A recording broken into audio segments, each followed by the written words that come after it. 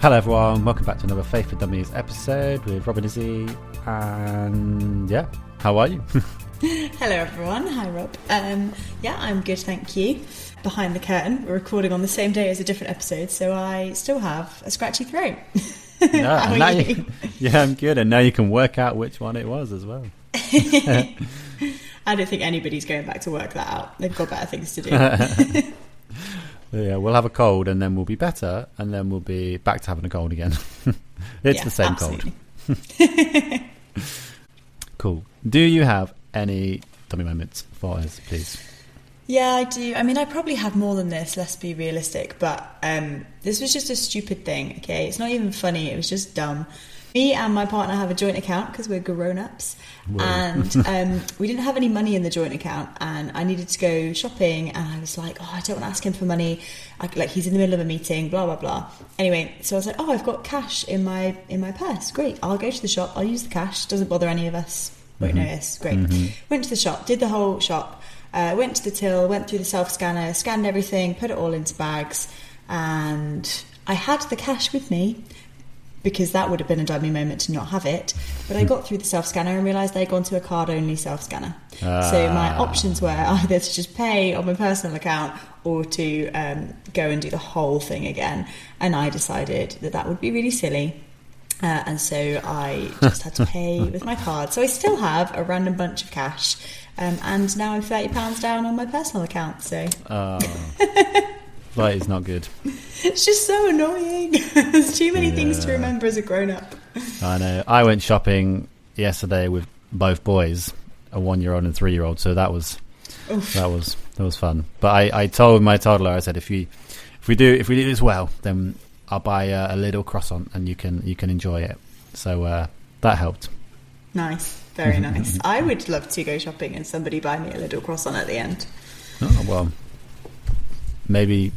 Yeah, wow, I don't know what to say. Maybe I need to tell George. Yeah.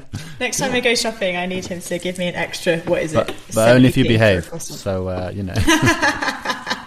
Yeah. Although, I'll tell you what, afterwards, we went, this is irrelevant, we might cut this out, who knows. But we went to a cafe, M&S, and on a Tuesday morning, they've got a parent deal. You don't even have to have the kids with you, you just have to be a parent. So, took the boys, and... How do they know if you're a parent if you've not got the child with you?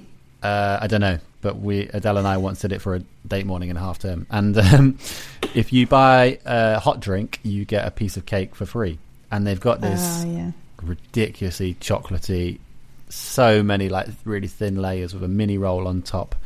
So I bought an iced coffee because I was hot, and I got this £5.50 cake for free.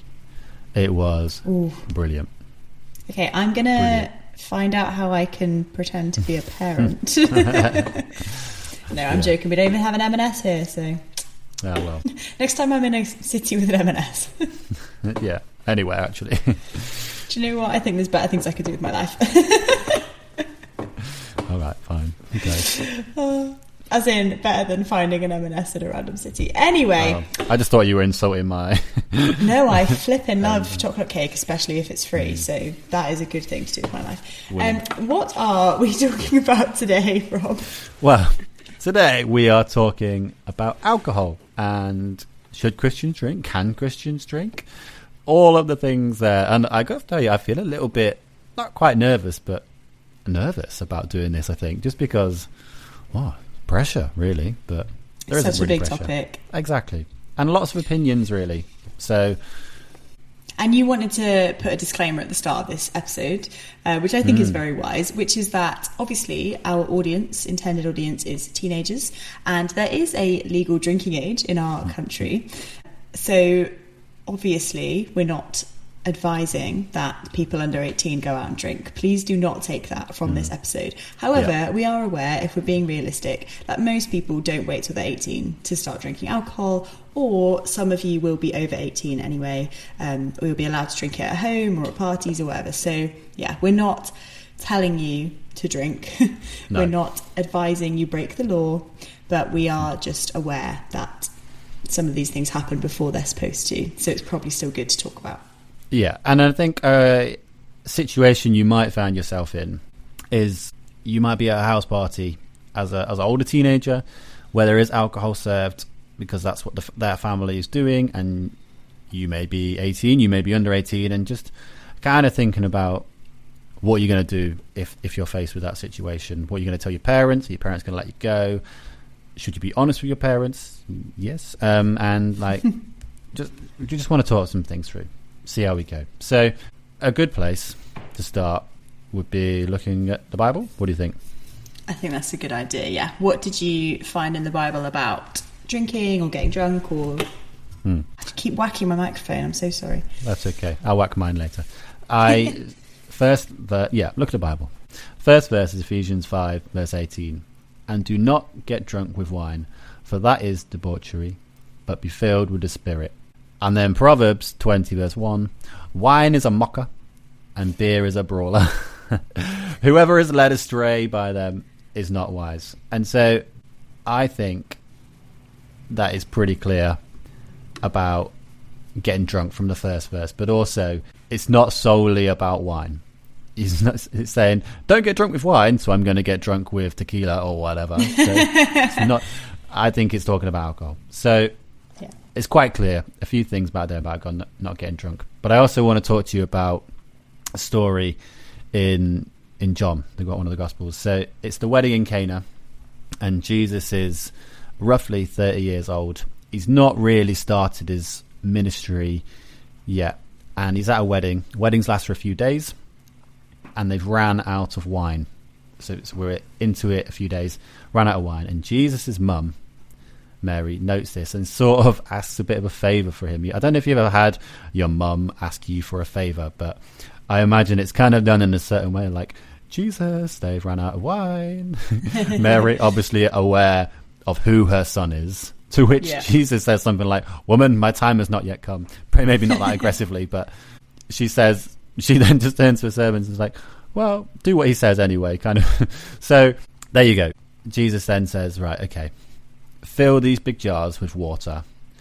And then he prays and he turns it to wine. And not only does he turn it to wine, but he turns it to good wine, really good wine.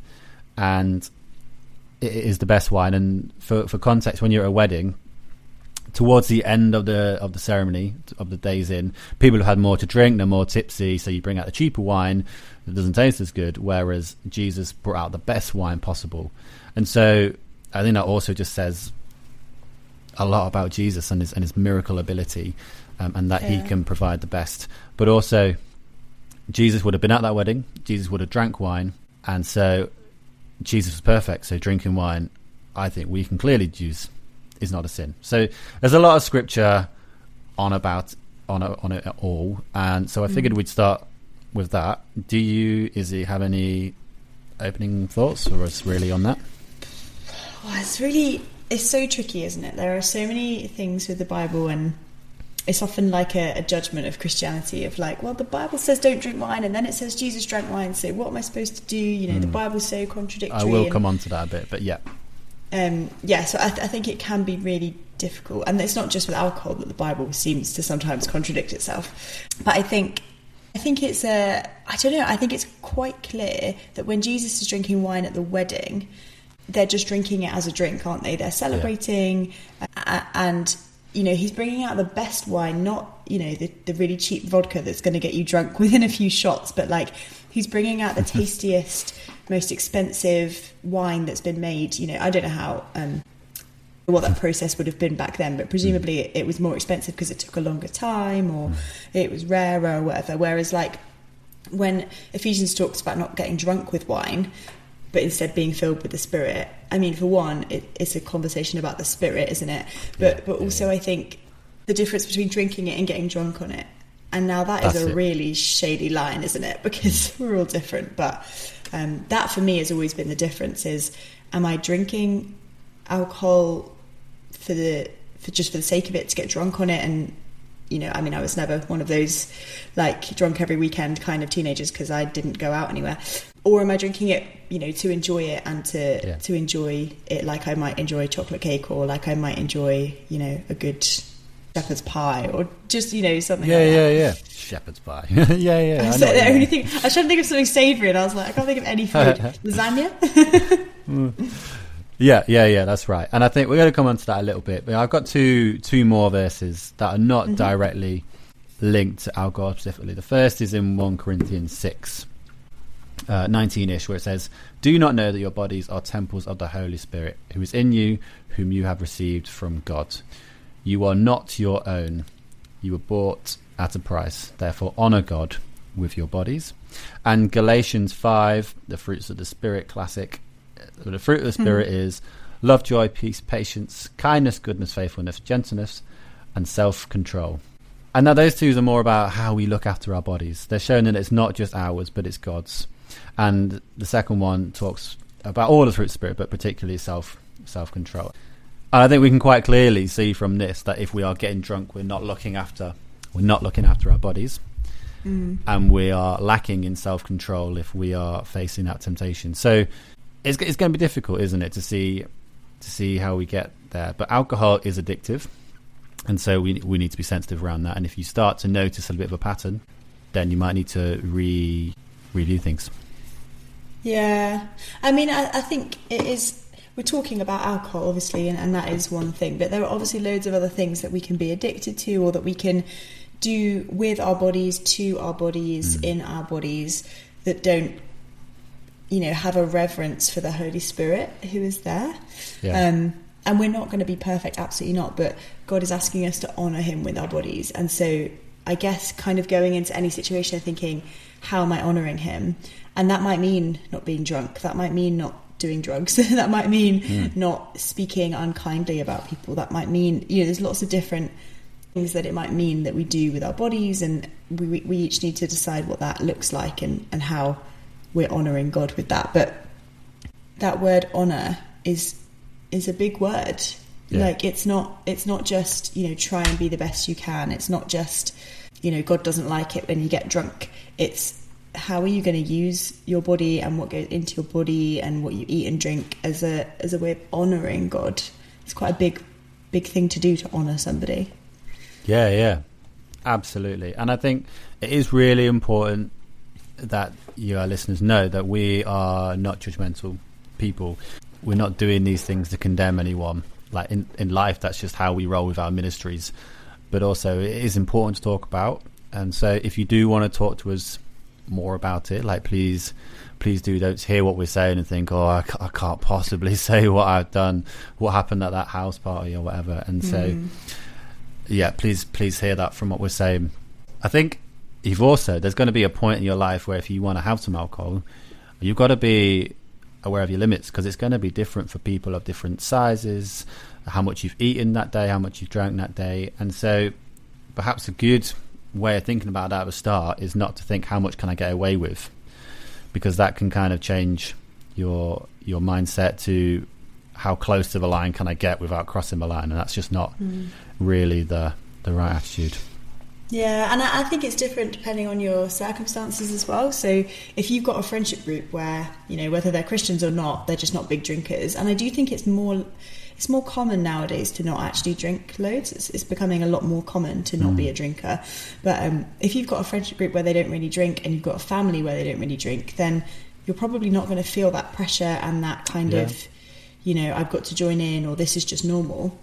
Whereas some of you will have those groups, whether you like them or not, where there is a pressure and there is a kind of, we're going out for a drink, why aren't you drinking? And you're so boring, and, all that kind of stuff. And obviously that's the kind of friend that you don't really want to be hanging out with, isn't it? But that doesn't mean that you just have to stop being friends with them. It doesn't mean it's going to be easy to avoid that pressure, especially if you like the feeling of being drunk. And I think we often don't talk about this with sin or with things that we're supposed to avoid, where actually there's a reason that they're difficult to avoid or put a limit on, because they're fun. So, if that's something that you find really fun and you like the feeling, or it helps you forget something or makes you more confident or whatever, then of course that's going to be so much harder for you to try and find your limits with it, because it's not just about the alcohol itself, it's about the effect that it's having. And if it wasn't fun or it wasn't helpful to you in some way, then you probably wouldn't be doing it. Yeah, and there comes a point, maybe more when you're an adult, if you have a job where it means you work all the daytime or most of the daytime, where if you have friends you want to catch up with, a pub is a great place to do that.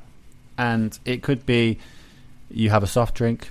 It could be the other person's having an alcoholic drink and you might feel some pressure, or you might feel awkward around that. I remember the first time I went to the pub with one of my friends, I was like, I don't really know what to get. I'm 18 just recently.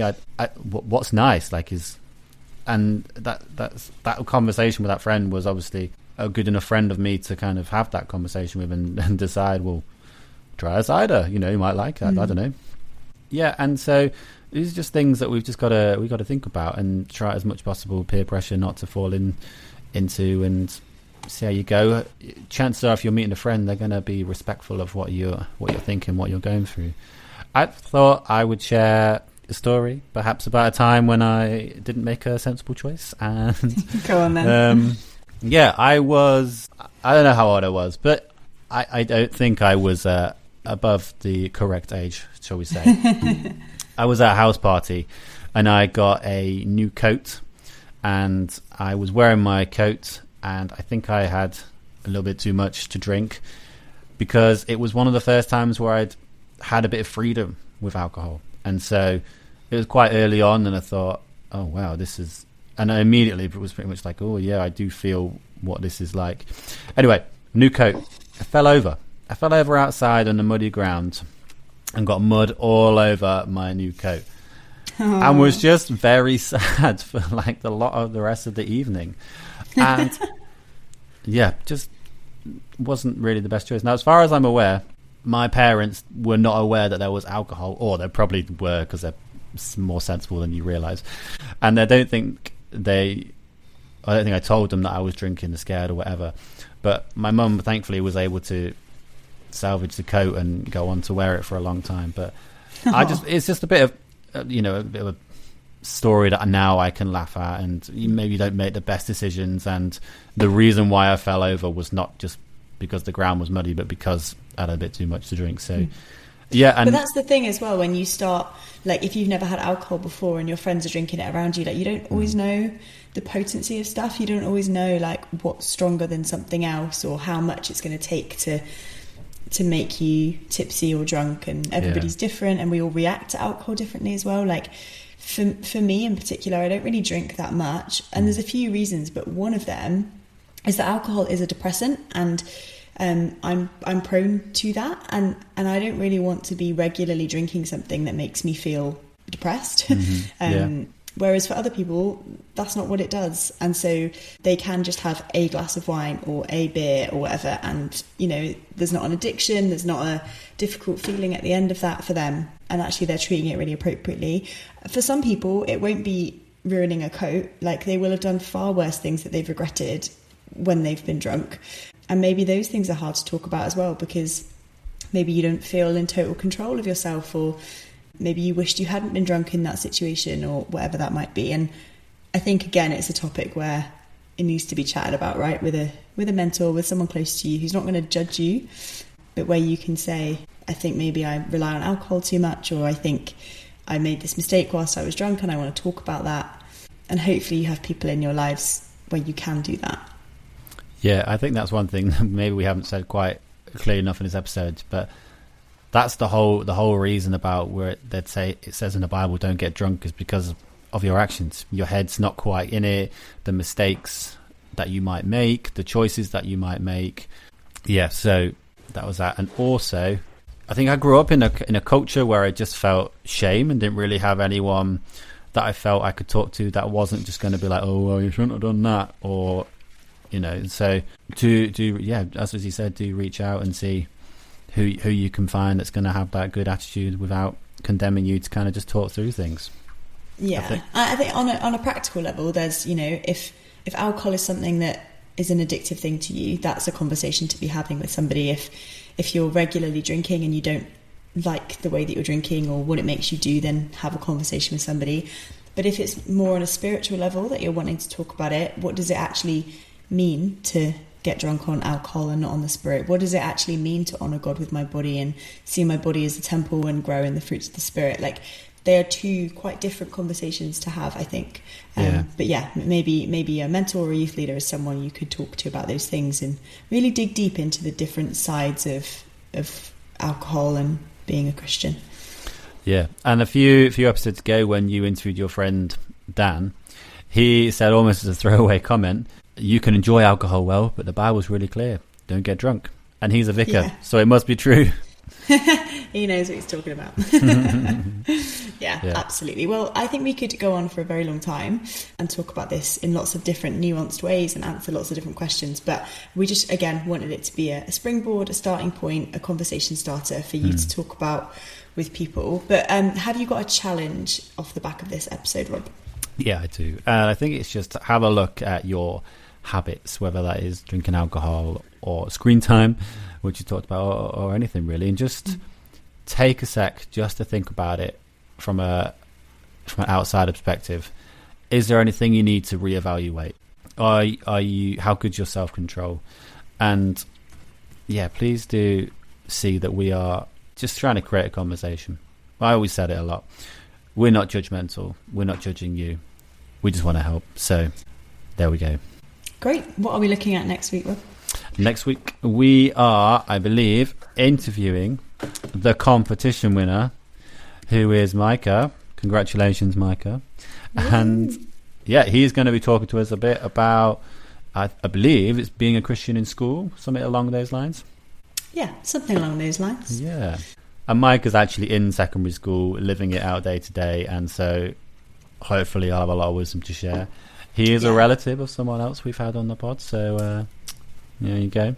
Mm-hmm. He is, yeah. I forgot we'd had his relative on the podcast before. We're being so secretive, aren't we? I know. I don't know why we're being so secretive. Yeah, it was Ezra. There you go. It was Ezra. We will chat to Micah next week, get to know him, and talk about his experiences of being a Christian at secondary school. But until then, have a great week. Have a great week. Thanks, everyone. Bye, Izzie. Bye.